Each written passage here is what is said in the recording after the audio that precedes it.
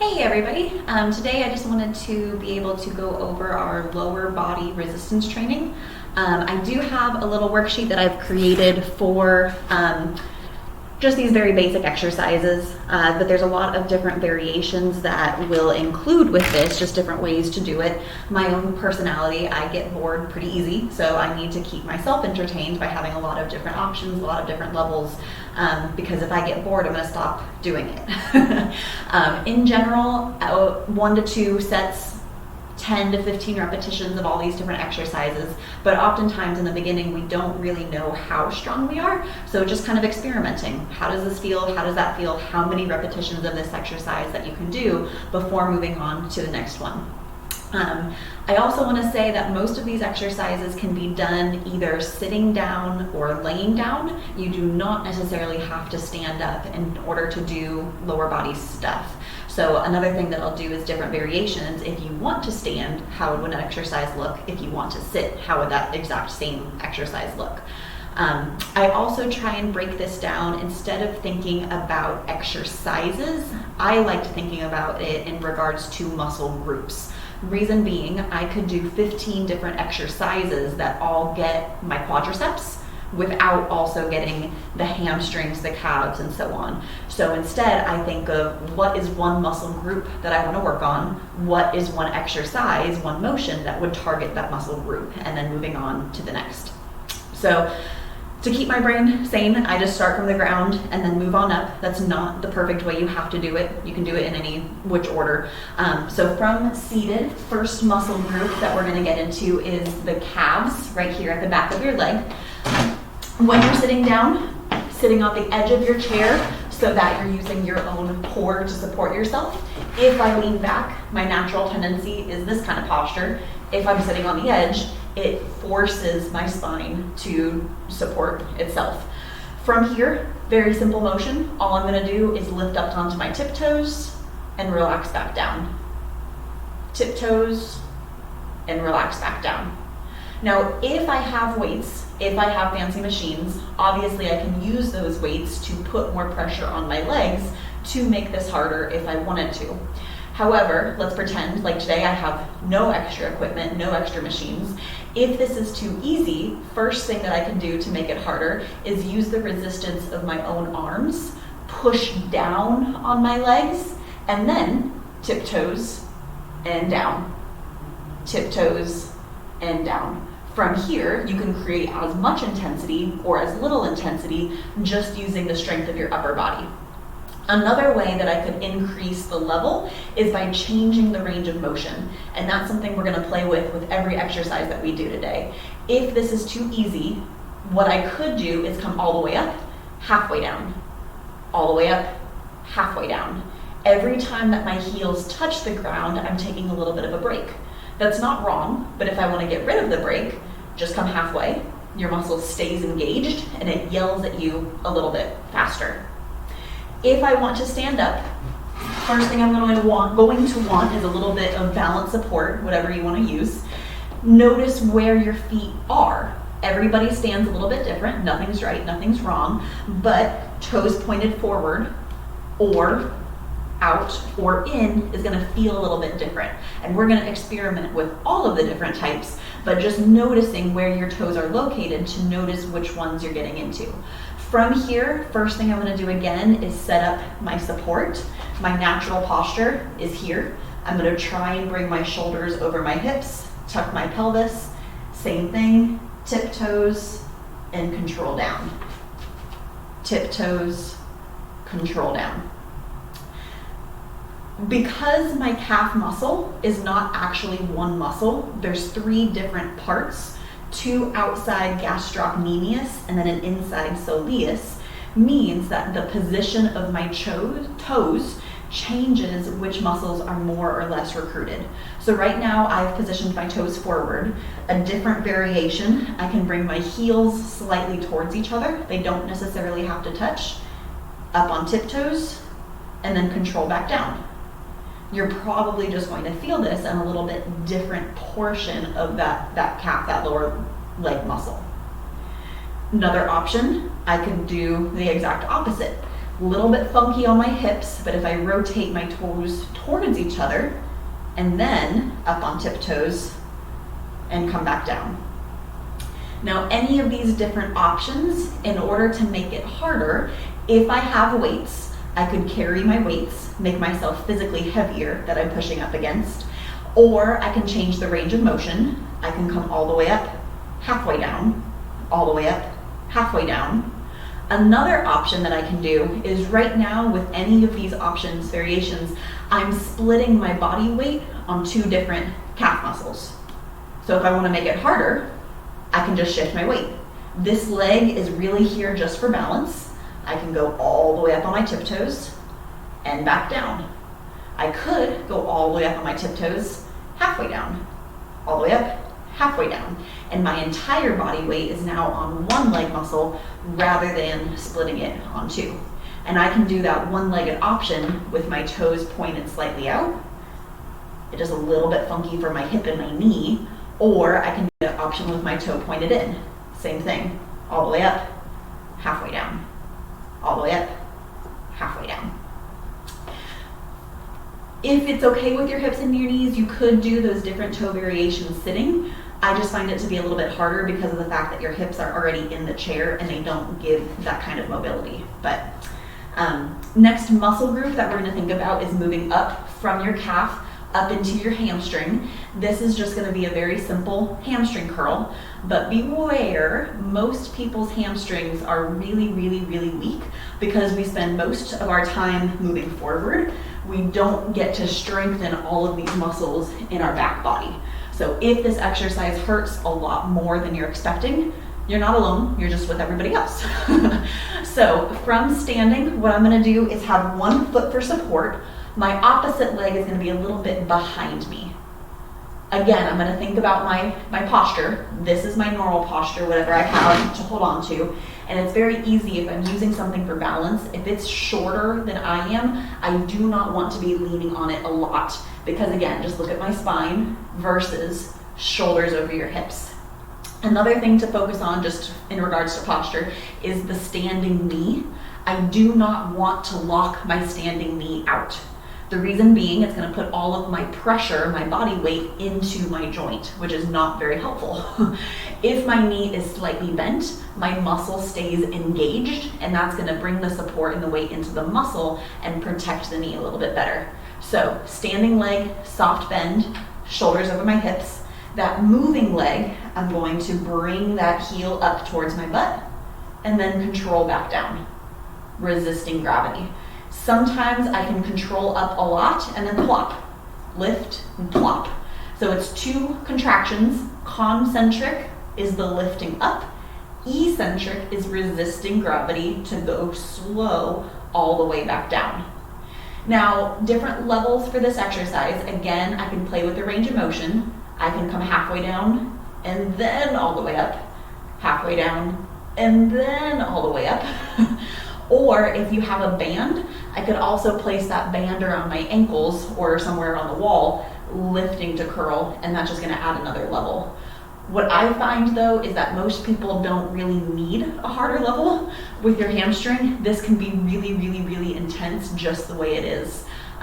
So unless you can do 3 sets of 15 reps with just the body weight, I would not add any other intensity quite yet. Another thing I want to mention with this hamstring curl is often people ask me, does it look like I'm doing it correctly? I don't actually like that question because 15 different people can look 15 different ways and all be doing it correctly.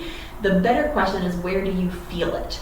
So if you've set up your posture to do this exercise and you're lifting your heel up to your butt, controlling back down, and you're like, I do not feel this in the back of the leg. I must be doing something wrong.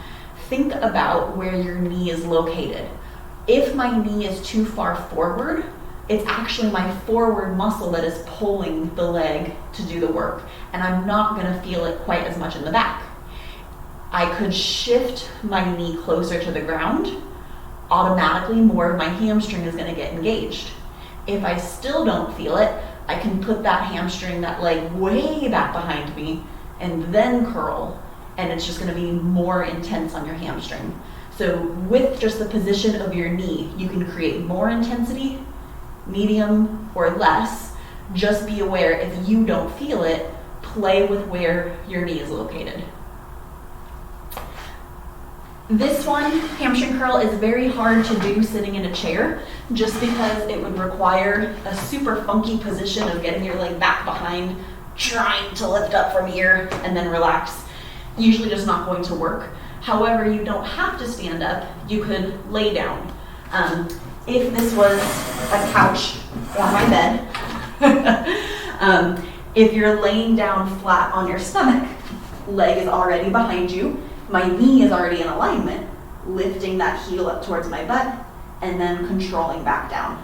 Because I don't have gravity, this option is going to probably be a little bit easier, where if you want to add that band would be a great place to add some resistance and some intensity. All right, so moving from the back of the leg, now more forward into the quads. Next exercise I'm going to do sitting down, again from the edge of my chair, and it's very, very simple, very, very basic, but very, very effective. My focus is on keeping my shoulders over my hips. My body is going to want to lean. My focus is on resisting that lean. If I need to use my hands underneath for a little bit of support, awesome, but I'm not gonna let my body lean. From here, very, very simple, I'm gonna extend that leg out. This quadricep is engaging to pull, and then again, controlling to resist gravity down. Straightening out my leg, noticing how my body is going to want to do this. I'm going to resist, and then controlling back down. And I love this because technically, if my shoulders are over my hips, I can't really get my leg very high. So in my head, I don't really feel like I'm doing it quite as well. If I cheat and lean back, I can get my leg super high, but I don't feel it in my muscle at all, and I'm putting too much pressure on my spine. So really situating your posture, don't focus on how high your leg gets. I don't really care how high your leg gets. It's the muscle that's engaging to create this option. Now, like your calf muscle, your quad is not one. There's 4 different parts. Why does that matter? Because the location of our toe, just like when we did the calf raises, will change which muscle along the outside or inside of our quad, which is more or less recruited. So, for example, if I extend my leg out in front of me and just rotate my toe to one side, come back to center, rotate my toe to the other side, I'm gonna feel that intensity really, really, really change along the tops of my thigh. Now, one option that's a little bit safer for the knee is to lift and to rotate in this way. When you're tired, bend, drop back down. Another option, if it's okay with your knee, is to create this rotation first. My toe is already pointed out to the side, and then extend with my toe out, bend back in. Extend with the toe out, bend back in. Or I can split the difference, bring my toe closer towards the inside, extend out, control back in. Extend out, control back in. If that bothers your knee at all, it is not worth hurting one part of your body to help something else. Don't worry, we're just gonna extend and then rotate, and you will still feel it all along your thigh. If you want to stand, again, situating something for balance, first thing that you're gonna have to do is lift the knee to create space, and then same thing. Extend, control the bend back in. Extend, control the bend. To get into different parts of your quad, I could rotate, face you, rotate my toe in, try and keep it in that one direction, and I'm gonna feel it on one side of my leg, or rotate the toe out, extend and bend. If I want to windshield wiper, I'm gonna keep the leg lifted and windshield. Standing is not a better option. You just have more pressure in your standing hip, more of your core involved, and obviously more balance. A little bit more pressure on your lower back as well. So if any of those areas are not something that you're comfortable with, Sit down. Muscle's gonna work the same. You just don't have as many of these other systems involved. Next muscle group, moving up, we've done calves, hamstrings, quads. I now want to move into your hips. Great thing about your hips, because they're a ball and socket joint, theoretically they could go in all different directions, which means you have muscles in all different directions, which means we can work the muscles in all different directions. So starting from a seated position, in a chair, I'm going to be a little bit more limited. I can get into the different directions of the front part of my hip, but I will have to either stand up or lay down to get to the sides and the back. Again, my focus is on my posture, shoulders over my hips, not wanting to lean back. And then from here, again, super simple, just a march. Lift the knee, control back down. Lift the knee, control back down. And with posture, I am not lifting my knee, controlling down, because this, I can get really high. And honestly, I can do this all day. This doesn't hurt at all. This, I cannot get nearly as high, and it hurts a whole lot more. So it doesn't matter how high you get, matters where you feel it. So I could bring my knees forward and march forward, forward hip flexors that you're gonna feel. I could also just take my leg slightly out towards the side. I could do both, or one at a time. Try and lift the leg, control back down. Try and lift the knee, control back down. And depending on how far your hips will let you, I could do, again, this is what I mean by both at the same time, kind of marching in this weird crab position. If that's too funky, bring one leg in and do one leg at a time. I could rotate it a little bit out, a little bit more out, a little bit more out, as far out as my hips will let me. All the motion is exactly the same. Lift the knee, control back down. Try and lift, control back down. And you'll probably feel it a whole lot right there in that crease of your hip, that hip flexor that we call. Now, all of these marching is pretty difficult. If you wanted another level, I don't think it goes from level 1 to level 2. It's more of like from level 1 to level 5. But my knee bent is always my level 1 position. If I want it harder, straighten the leg. Same thing. Shoulders over my hips. Can I lift that leg out in front of me? Control back down. Can I bring that leg out to the side? Smile and lift. And control back down. Typically, the farther out to the side you go, the more it's gonna hurt and the less high your foot will get. Because again, we move forward. This part of our body is a lot stronger than these outside parts of our hip. Trying to lift, controlling back down. If you stand up, you have a lot more creativity as far as the range of motion, because from standing, now I can get forward part of my hip like I did sitting. I can also go forward and diagonal. I can try to go straight out to the side. Notice my toe is still pointing forward. My body is gonna want to cheat and rotate my toe, but I'm using the front hip over the front of the toe now.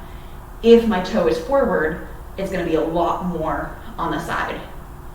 Little bit funky, I could go diagonal behind me. I could also go straight behind me. Notice again, my posture is going to want to do this. I'm resisting, even if I don't lift the leg up that high, only coming as high before kind of diving and sacrificing that posture. Now from this exercise, there's so many different ways you can count your sets and reps. Sometimes I'll think of a box. I'll try to go forward, out to the side, straight behind, and then in, cross the body in to get the inside of your hip and thigh. Sometimes I'll do 10 in one direction and then switch and do 10 in another direction before switching and do 10 there. Other times I'll think of swimming. Lift the leg, keep it lifted, keep it lifted, keep it lifted, keep it lifted, keep it lifted all the way around, and then going back. My favorite way, just to kind of get my brain engaged, is thinking of a clock. If I take that leg and I try to hit 12 o'clock, control back down. 1 o'clock, control back down. 2 o'clock. And then on the other leg, you're just gonna go from 12, 11, 10, 9, all the way back to 6. Whenever you get to your 6 o'clock, pause, shake it out, and then do it all again. Same thing as standing. If my knee is bent, it's going to be hard. If my leg is straight, it will be harder. Your choice. To add intensity, I could also have that small little band wrapped around my ankles and then create more intensity, resisting that band going back and going forth. If you do not want to stand up, because of how much balance is involved and because of how much pressure it also puts on your standing leg, we think this is the leg working, and it is because it's moving, but there's also just as much work happening in our standing leg because it's the only thing stabilizing you. From the chair, again, I can't really get to the sides and I can't get to the back very easily, but I could lay down. If this was my imaginary bed, if I lay down on one side of my body, I could lift that leg straight out to the side and control back down. If I want to get to the back of my hip, rotate to lay down on your stomach, try and lift straight behind you, control back down.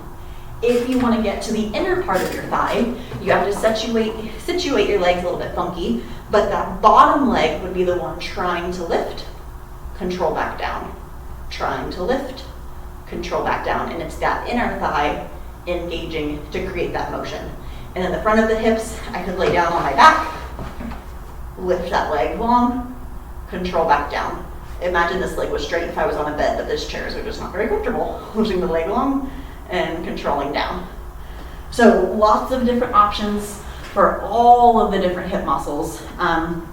In the cardiac rehab during our warm-ups, these are all the different exercises that we incorporate before we go into the gym that I just try to make different so that we don't get bored. We'll go forward, out to the side. We'll rainbow to connect them, rainbow to open, rainbow to close. Sometimes we do figure eights. Lift the knee, draw a figure eight, attempt to draw a figure eight with your knee. But all of these different motions, the squares, we lift, open, down, in, open, lift, in, down. All of these are geared towards strengthening your hip muscles.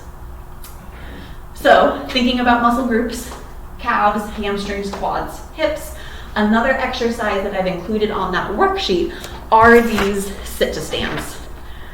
Sit to stands I really, really, really, really love because of the fact that no matter what age we are, no matter what is going on in our body, in our life, we all have to stand up and sit down multiple times throughout the day. And as we get less strong in our legs, we tend to overcompensate with our arms to lift. What breaks my heart though is our chairs, these are really, really low, and our chairs have no hands. So oftentimes I see somebody sit down and they're like, oh shoot, there's no hands. What do I do to be able to get myself all the way up? So if we're able to practice standing up and sitting down multiple times in a row, 10, 15 times in a row, it's gonna make doing it once so much easier. A couple things to think about though before even starting is noticing if you're gonna sit on the edge versus leaning back. This is just not gonna have as much core support. Sitting forward is probably gonna be a little bit harder, but worth it when it comes to protecting your core. Another thing to think about is your feet. So the physics of standing up, the way my body wants to stand up is designed to help my balance. My body wants to put my feet under my center of gravity because from here, I can use my hands or not, stand right back up. My entire body is balanced over the fulcrum of my feet. The only problem is this puts all of the pressure in my knees. If my knees are healthy right now, it doesn't hurt at all. Years from now, and especially injuries from now, this is gonna hurt a lot, which is again why we compensate with our arms. I don't want this to hurt my knees, so I'm going to use my arm strength, which means my legs never get that practice. The correct way to stand up is to actually put my feet uncomfortably far away from me, my heels directly under my knees, and then try to stand up from here. This is a lot harder on my balance. My center of gravity is here, and I'm trying to put it in a completely different plane. However, it takes the pressure off of my knees and puts more of it into my muscle.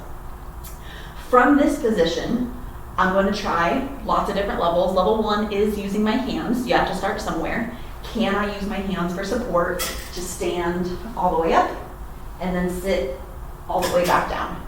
If I can do it once, how many times can I do it? Level 2, my hands are not supporting me, but they're outstretched for balance. Can I stand up and then sit back down? Level 3, hands across your chest. Level 4, you can hold on to weights, make yourself physically heavier. Level 5, if you have something to kind of balance with you, I could even do both legs up, one leg down. Or the opposite, can I get one leg up and then both legs down? So a lot of different levels to progress. Things to think about. My heels below my knees. If this is new for me and this is very weird for me, my body is going to want to cheat. How it's going to cheat is by sliding my feet really quickly underneath me.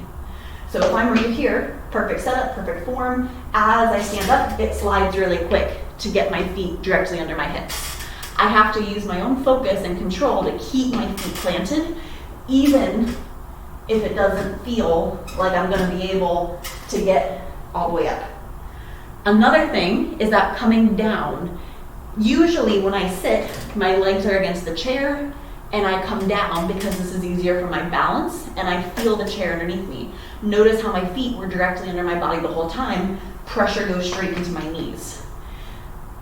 I would want, when doing these sit-to-stands, to keep my feet uncomfortably far away, even when I'm sitting down. So, I'm out here, I stand all the way up, I didn't slide, I have to think the chair is there, the chair is there, the chair is there, sit my butt way back behind me to be able to sit back down. I would not practice this the way that I'm doing it with nothing behind me. For safety, always have the chair back against a wall so that it's really, really sturdy, so that if it's gonna slide, it's gonna hit the wall and it's not gonna slide out from under you.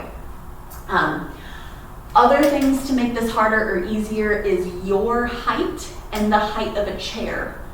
If I'm using the exact same chair for somebody short, my height, and taller, this is going to be a lot easier for the shorter person because they don't have as far to travel. Substantially harder for somebody 6 foot tall because they just have more distance to travel. If you're doing this on one chair and you're like, wow, this is super hard, I'm never going to be able to do it, it actually is hurting my knees more, either put some pillows on top of the chair to prop yourself up so that you don't have as far, or just find a taller chair. Totally fine. Gotta start somewhere. Taller the chair, the easier the level. As you get stronger, you can get to a lower chair, lower chair, lower chair. Long term, you can even think about doing this on top of a curb.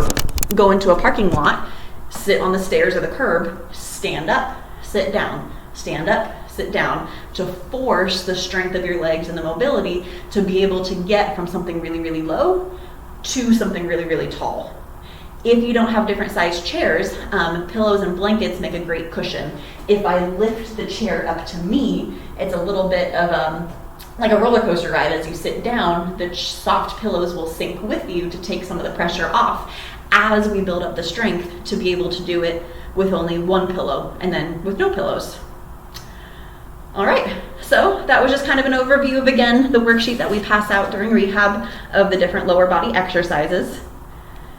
Let me know if you have any additional thoughts or comments or concerns. At least twice a week, 2 to 3 times. These are going to be a little bit more intense, so you don't necessarily have to do them every day. And also think about mixing them in with activities. Sometimes I will not set aside time for strength training, especially because my personality, I really don't like it. But I'll think about every time I brush my teeth, I'll go up onto my tiptoes. Every time I'm waiting for the microwave, I do my hamstring curls. Every time I get in and out of a car, I do something with my hips. So you can combine it with activities, because sometimes it's just not fun, or you don't have the resources or time to even set aside 20 minutes to do this. But on a regular basis, making sure we're getting all of the major muscle groups of our lower body. Thank you guys.